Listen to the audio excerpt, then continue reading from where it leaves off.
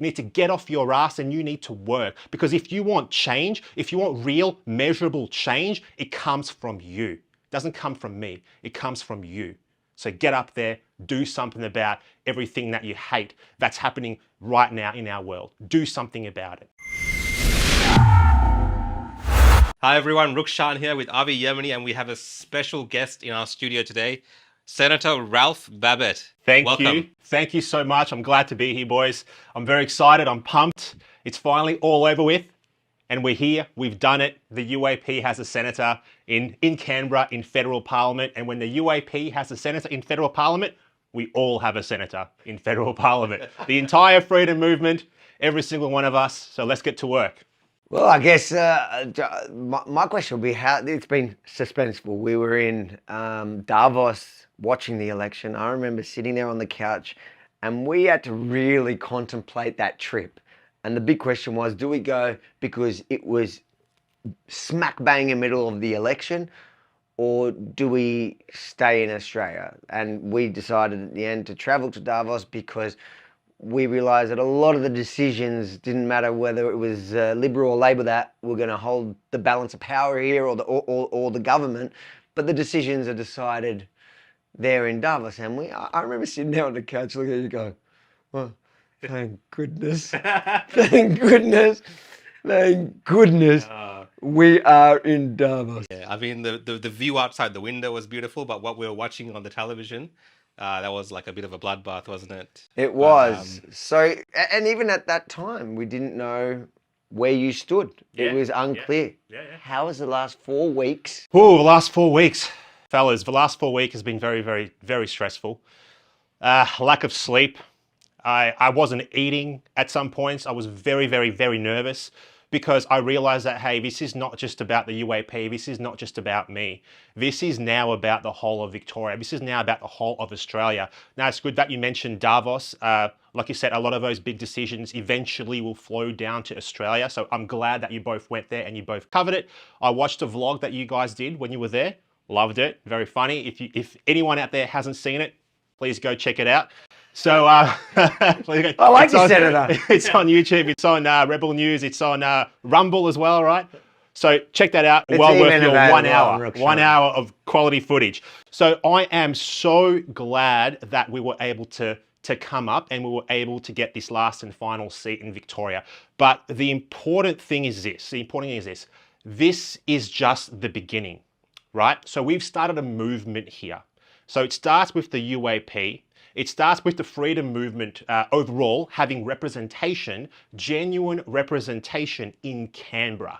And from here, we're going to move forward. We're going to grow the movement, and who knows where it's going to end up in 6 months, in 3 months even, at the next election in Victoria, because although it is a state election, obviously the UAP is going to have a presence there as well. But back to how I was feeling, I was very nervous, I was very excited, and obviously now I'm very relieved. 4 weeks of not knowing. I reckon I felt his pain. Oh, the pain was real. I tell you what, the pain was real. I felt it. I felt Sleepless it every nights? single day. Sleepless nights, lying in bed at 3 in the morning, wondering what's going to happen next. You know, are we going to be able to get up? And when I say we, I mean all of us. I just don't mean we. I mean us as a movement overall. Well, now that you've gotten up, you know, you've won the seat. What's it like? I guess the reception to you afterwards, because a lot of the coverage I've seen is, you know, Senator Babet, the $100 million man. You know, we're standing next to a man that's $100 million. $100 Hey, this is from Amazon.com, all right? That's where this is from. I mean, that's how it's been framed. Yeah, look, obviously, you know, approximately $100 million was spent in the campaign. Now, we had to spend that money. Why did we have to spend that money? Because ideas are forever, right? We had to get our ideas out there into the public, into the mainstream. Now, unfortunately, we didn't have the benefit of being Liberal or Labor or the Greens, for example, but you know what? They spent about the same as what we did.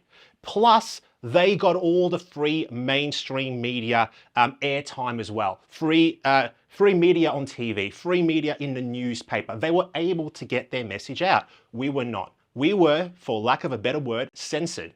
That's what we were. And the only way that we could get our message out was to pay for it. And that's really unfortunate. That's not democracy. In a democracy, everyone should have a voice, whether you agree with these people or not, but everyone should be able to speak. And what was our message? Our message was predominantly freedom, but not just freedom from COVID mandates, right? Freedom to own your own home, to not have to pay exorbitant amounts of interest, to not have to bend the knee to a government which mismanages the economy to the point where a lot of people are now going to suffer, and we're suffering right now through inflation, as an example. At the moment, inflation is sitting over 5%, right? Now, most people, well, some people may not know what inflation is. Inflation is a hidden tax on the public, right? It essentially means that your money is worth less over time, year on year. That's what it is. And we're seeing, rampant inflation right now because the Labor Party and the Liberal Party have mismanaged the economy. So when I say freedom, I mean all of these things. Freedom to own a home, freedom to be able to speak. Yeah? So there you go. Does Clive and does the party feel like $100 million well spent when they Absolutely. got this? Absolutely. It's money well spent. If I ask him the same question, will he say the same? Absolutely he will. Absolutely he will. Because what we're doing right now is we're creating a new narrative. Yeah. We're changing people's minds. We're saying, hey, you've lived under a duopoly for as long as Australia has existed. Now there is a real option. There's a third option, a genuine third option of people who care about the country, people who are patriots, people who love Australia. Now you got it. I'm here. We're here. I guess that goes into the next question. How do you guys feel about the general result of the entire election? Now, $100 million spent. Yep. They got you. You say it's opened the idea for the conversation and the ideas of freedom. Detractors would probably argue, well, if anything, you didn't gain anything. You had one senator last time before the election, and you have one now. Yeah. Look, to those people that would detract, I would say, listen, we were up against an established two-party system here. Okay, we were up against it from day dot. I think we did very, very well to put into the minds of people out there that there is a genuine third option, and that genuine third option is the United Australia Party. We're here to serve. We're here to do the right thing by our country. We're here to be to do the right thing by every single ordinary man, woman, and child out there. Now, with the freedom movement in general, I believe that the freedom movement was a little bit fragmented. I believe that the right-leaning parties are naturally inclined not to work together because we're all individuals. We all want to win. We all want to be first, etc. Whereas on the left-hand side of politics, those parties are more inclined to, for lack of a better term, bend the knee, so to speak. And they're more collective in their thinking, more likely to work together. So what I think we saw those more left-leaning parties funneling their preferences more so towards the Labor Party or the Greens Party overwhelmingly. And on the right side of politics, it was a bit of this, bit of that, bit of UAP, bit of whoever else. Right, so I think moving especially into the Victorian election, we need to be very mindful of that. We need to cut the division, and we need to make sure that we all unite behind the United Australia Party. Speaking of which, I believe that the Labor Party had a 32% first preference vote or something of that nature. So that's, I think, correct me if I'm wrong, but the lowest first preference votes that they've ever had. So what that tells us is that people are ready for change. People want change, but they just didn't know how to go about it. Well, guess what? Now they know. Vote one UAP at the next state election. Well, I guess, you've been through all this with the freedom movement, but going into Parliament now, into a hostile Parliament in many ways, in terms of hostile. That's an understatement. In terms of the concepts we discuss around freedom and a lot of the things that you've mentioned, you're working with a group of people who aren't really for the same type of ideas, right? How are you going to be able to cut across all of that and be effective and also show people that, hey, voting for freedom candidates will actually make a difference. Yeah. You know what? My job from here on, my job is to bring awareness to everything that these parliamentarians in Canberra are getting up to shine a light into the darkness. That's my job. I'm a spokesperson for truth. I'm a spokesperson for Australia. I'm a patriot. I love the country, and that's what I'm going to do moving forward. I'm going to be a thorn in their side. A thorn in their side for the next 6 years. And God willing, in 3 years' time, at the next federal election, we're going to have many more United Australia Party members standing there right next to me. And hopefully, God willing again, we will get the balance of power. Then we'll show them what's up. Then we'll show them that they can't mess with Australia. Then we'll show them that they can't mess with ordinary mums, dads, and their kids. They can't do that. I've had enough of it. I'm sure everyone who's watching out there has had enough of it as well. We need politicians in Canberra who love this country, who care about Australia, who care about ordinary, hard-working people. That's what we need. And that's what I'm here to champion. And I'll champion that every single day from here on. Speaking of ordinary people, I know before the election we had the debates. We got to see a little bit of you. Who do you think you are? Who do I think I am? Well, I'm a $100 million man, obviously. According to Twitter, I'm a right-wing racist extremist. That's what I am. These we people all are white supremacists. I'm a white supremacist, according to Twitter. Look, what I am at the end of the day is I'm someone who's passionate, who's driven, who's dedicated, who loves Australia. I wasn't born here. I don't know if you guys can tell that, but I was actually born in a very small island called Rodrigues, which is near Madagascar.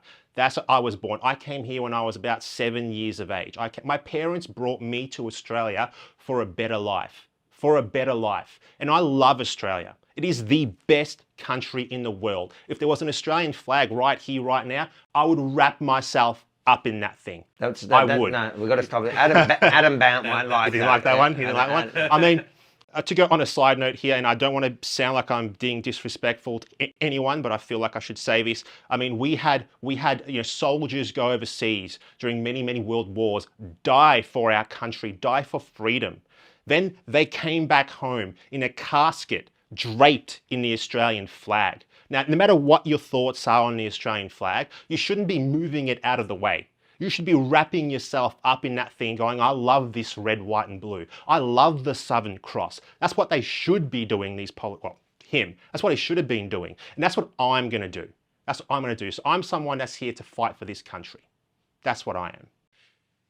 Nice. That's amazing, man. And I guess on the flag issue, because we're discussing that now, why do you think it is that, immigrants like yourself, myself included, Great question. We love our country. We love the flag. We, are really respectful of the things that we've been given by this country. Yeah, and we could never disrespect the flag in this manner. Yeah. Why do you think it's that inner city politicians who are mostly white have this thing where they want to remove that from all of us? I know what hardship looks like.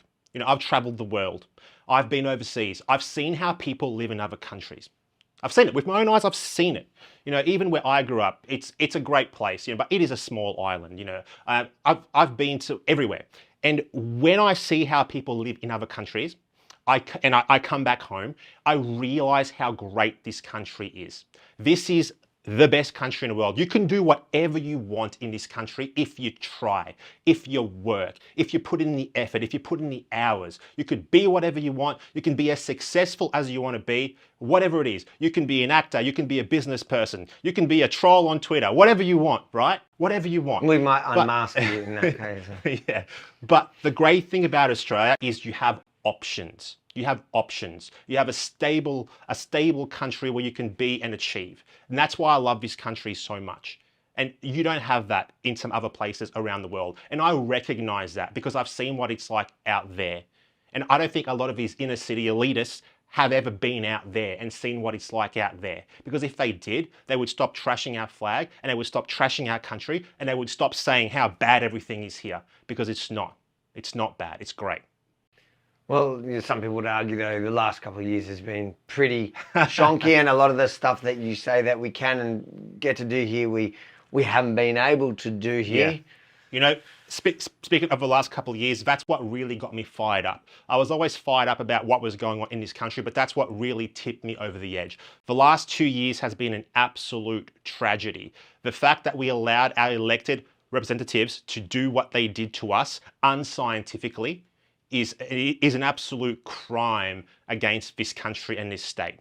And that's really something that the United Australia Party is going to really focus on in the next election coming up in November. We're gonna have candidates standing up, putting their names forward, and we're gonna try our darndest to bring change to this state and by extension the country, because it all starts here. It all starts here, and we've had enough. We've had enough of people not caring about us. So you never saw yourself as a politician. You know what? You know, like you were born of the fires of whatever happened during the last 2 years. Like that's what drove you. I never wanted to be a career politician. I think that the career politician is an absolute blight on society. A blight on society. A politician should not be a career politician. A politician should be someone that's lived a life, that's paid a mortgage, that's missed a couple of phone bills, right? An ordinary person that's living somewhere in suburbia that said, okay, I want to do better for my country. I want to stand up. I want to sacrifice and serve for the betterment of my community. That's what they should be. Not someone that's grown up thinking that's all that they've ever wanted to do in their life. I'll give you an example. Daniel Andrews. Yeah? Daniel Andrews. Daniel Andrews finishes university approximately 1996. Approximately. He goes to work for a federal MP named, I think it's Alan Griffith or Alan Griffin. I can't remember exactly. Okay. So he goes to work for him. Moves around the Labor Party machine for a while. Hasn't had a real job, so to speak. Hasn't lived a life outside of politics, so to speak. Not in any meaningful way. Moves around there for a while. Waits for a safe Labor seat. That's what he does. Safe Labor seat pops up, which is a seat of Mulgrave, as we all know. Pops up. He's like, oh, I'll throw my hat in for that. Gets elected. He's been there ever since. He's never lived a normal life. He's never been you or been me or been one of us. He hasn't done that. He hasn't done that. So because he's so disconnected from the regular average person, I think he's a great example of what a career politician is. And I think he's a great example of what a politician should not be. Does that make sense? 100%. I think, but though there was a scoop in all that he said, I think he owes phone bills. There's some debts that you might. I've missed a few phone bills here and there. You know, who hasn't missed a few of those Telstra phone bills? Can I say Telstra? I don't know if I can. Probably get an email from their lawyers. We're currently in court. Let's not talk about that right now. Was there anything you wanted to add to that? Look, I mean, 4 years from when is the next election? 6 years. 6 years from 6 years from now. What do you think? Will you be running again, or? I want to say no. I want to say no, because I don't want to become a career politician. Yeah, I have no desire to lord over other people. I have no desire to sit in that political machine for the rest of my life. What I want to do is I want to come in.